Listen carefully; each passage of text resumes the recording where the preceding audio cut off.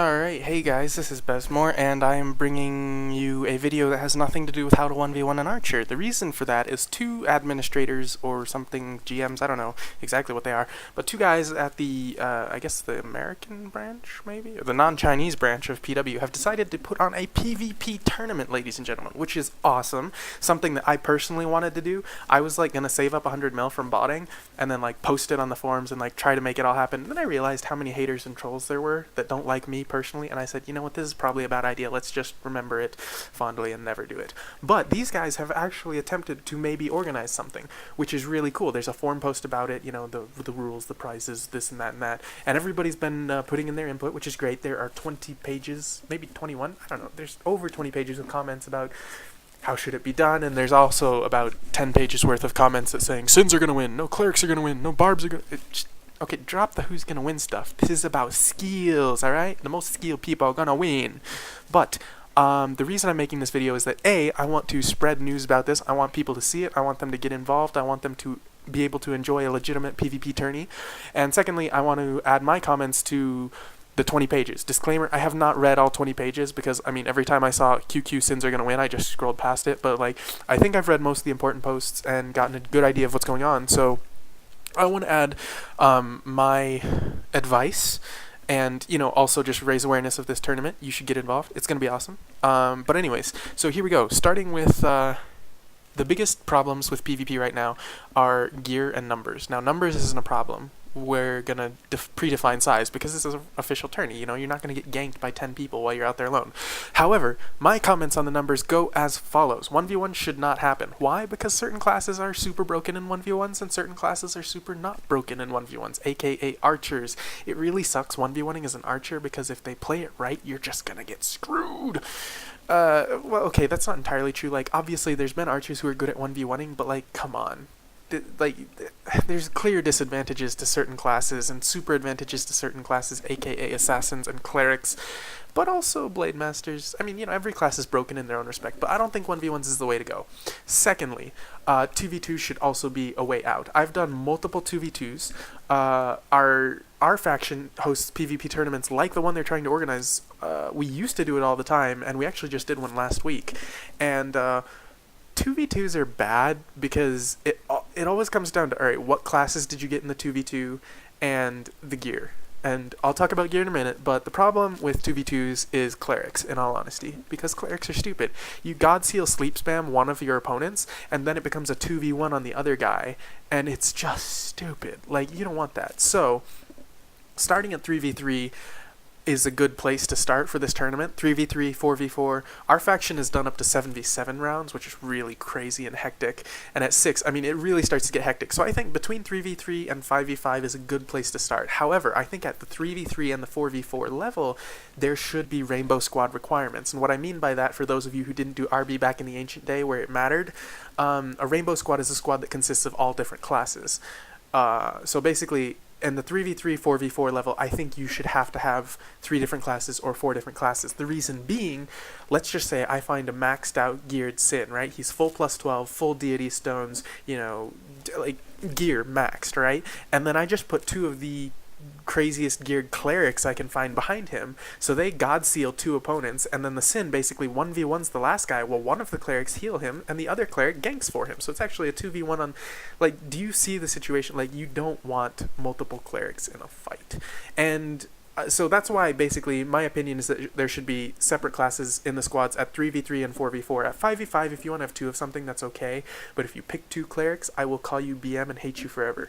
Just putting that out there. Anyways, so that's my opinion on numbers. 3v3 to 5v5 is great, but just make sure that there's limitations on how many of each class you can put in.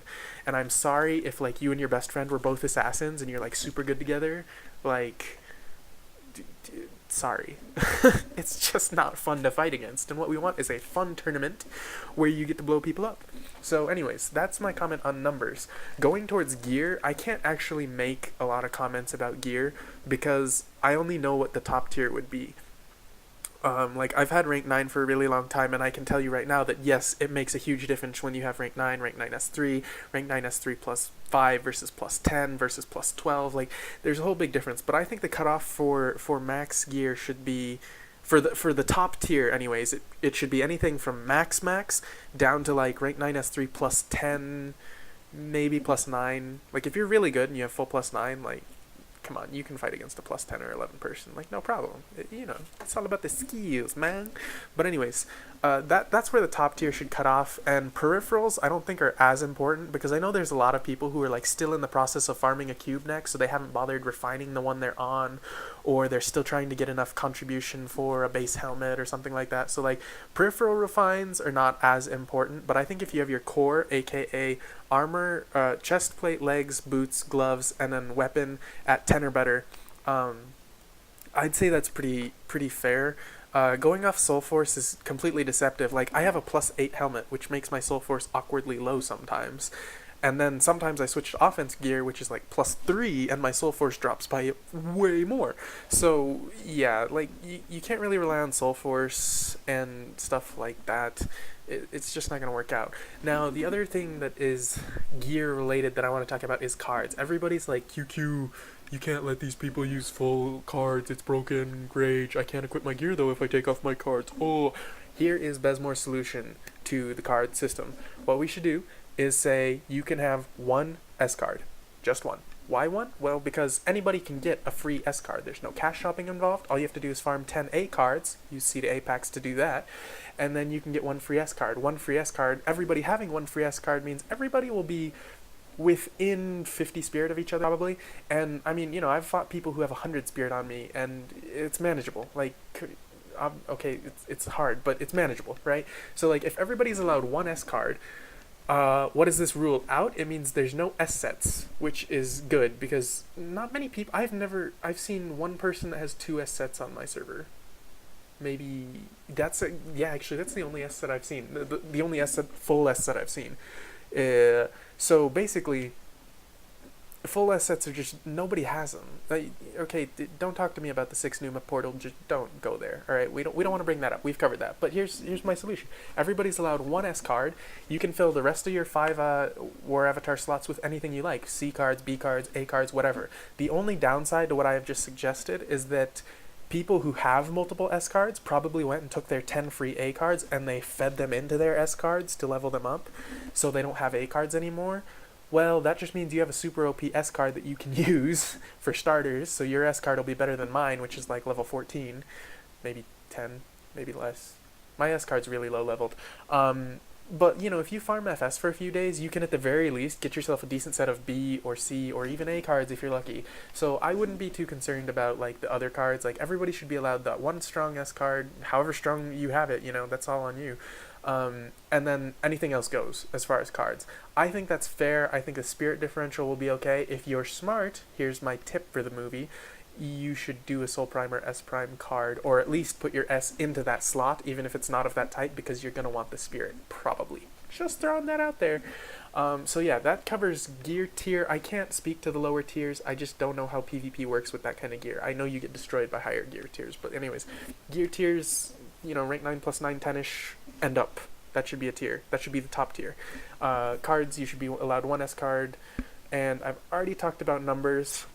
The next section I want to talk about is what's actually, like, should be allowed and should not be allowed in these fights. If it's an item that helps you fight, it should be allowed, I think. AKA, obviously, HP charms, I think it should be a requirement. Like, I've fought uncharmed people, it's so boring, and it's like, why am I wasting my time? So, like, come on, you should have an HP charm. Like, if you want to win this, you should have an HP charm. That's all there is to that. However, APOF, obviously legal. Defense charms should, I think, absolutely must be legal, so that we don't get goth crits just nuking people because we can't absorb them with defense charms. Like, come on now, let's be real here. So all that should be real, and then there's the one question of, like, alright, what kind of buffs should you be allowed? You should only be allowed the buffs of the people in your squad, in my opinion.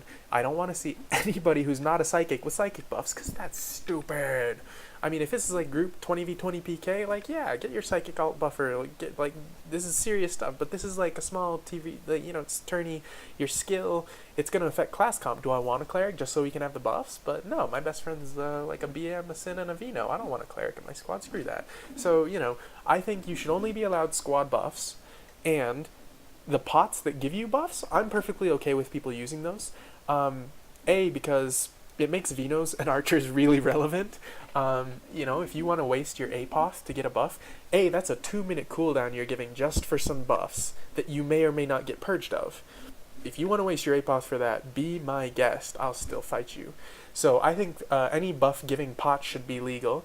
I think Nation War pots should be legal, aka Morai pots, whatever you want to call them, the ones you make with tokens. Like, why not? Everybody has access to those, provided you're over level 100 and did Nation Wars in the past year. So I think they should be legal. However, I wouldn't be opposed to saying you're not allowed to use them. Like, with or without, either way, I'm down. So, yeah, that's my biggest thing.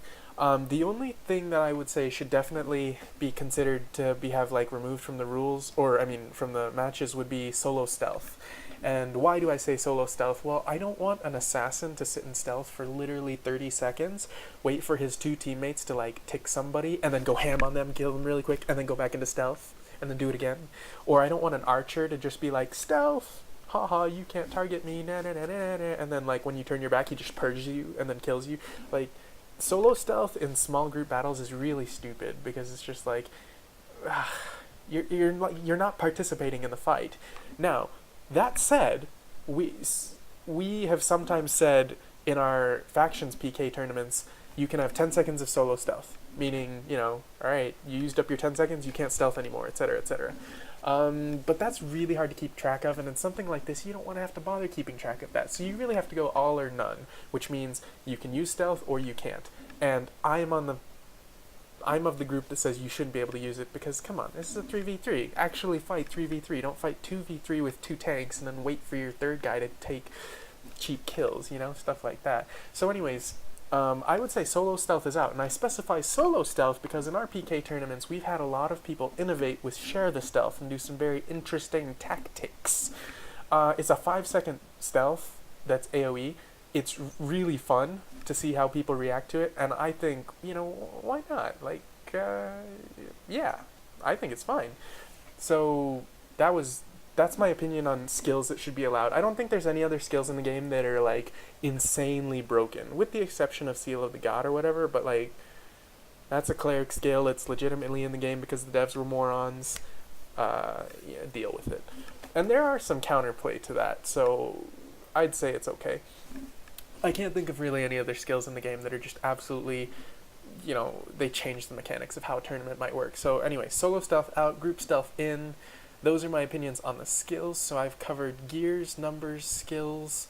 I think that's just about everything I have to say, except I know I think it's only 2 guys who are like trying to put this all together.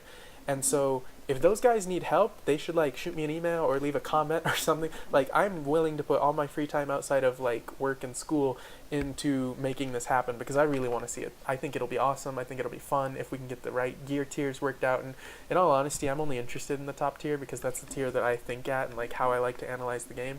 But anyways, I'm excited. But if they need help, like, throw me an email. Like, if you want people within each server to maybe help organize things, like, I'd be happy to help organize things on my server. And one final comment, this should totally be streamed, or at the very least recorded, because it's gonna be cool PvP, man. It's a PvP tourney. We haven't had one of these in years, a legit one anyways. So my computer can stream, sort of. I get a tiny bit of lag because my internet's not that great, but it's manageable as long as like I'm not playing at the same time. Like, if I'm playing and streaming, it gets really laggy. If I'm just watching and streaming, it's decent. It's you can watch it. You can probably enjoy it. So my advice would be, we should totally stream this event. If you need me to do it, I will make alts on every single server that we have, and I will do it. Yeah, like, totally. If you guys need help, please let me know. If you have comments about things that I've said, you want to know why I think this or that should be allowed or disallowed, leave a comment on this video. Check out the forums, get involved, and tell everybody you know about this, guys. I think it's going to be awesome.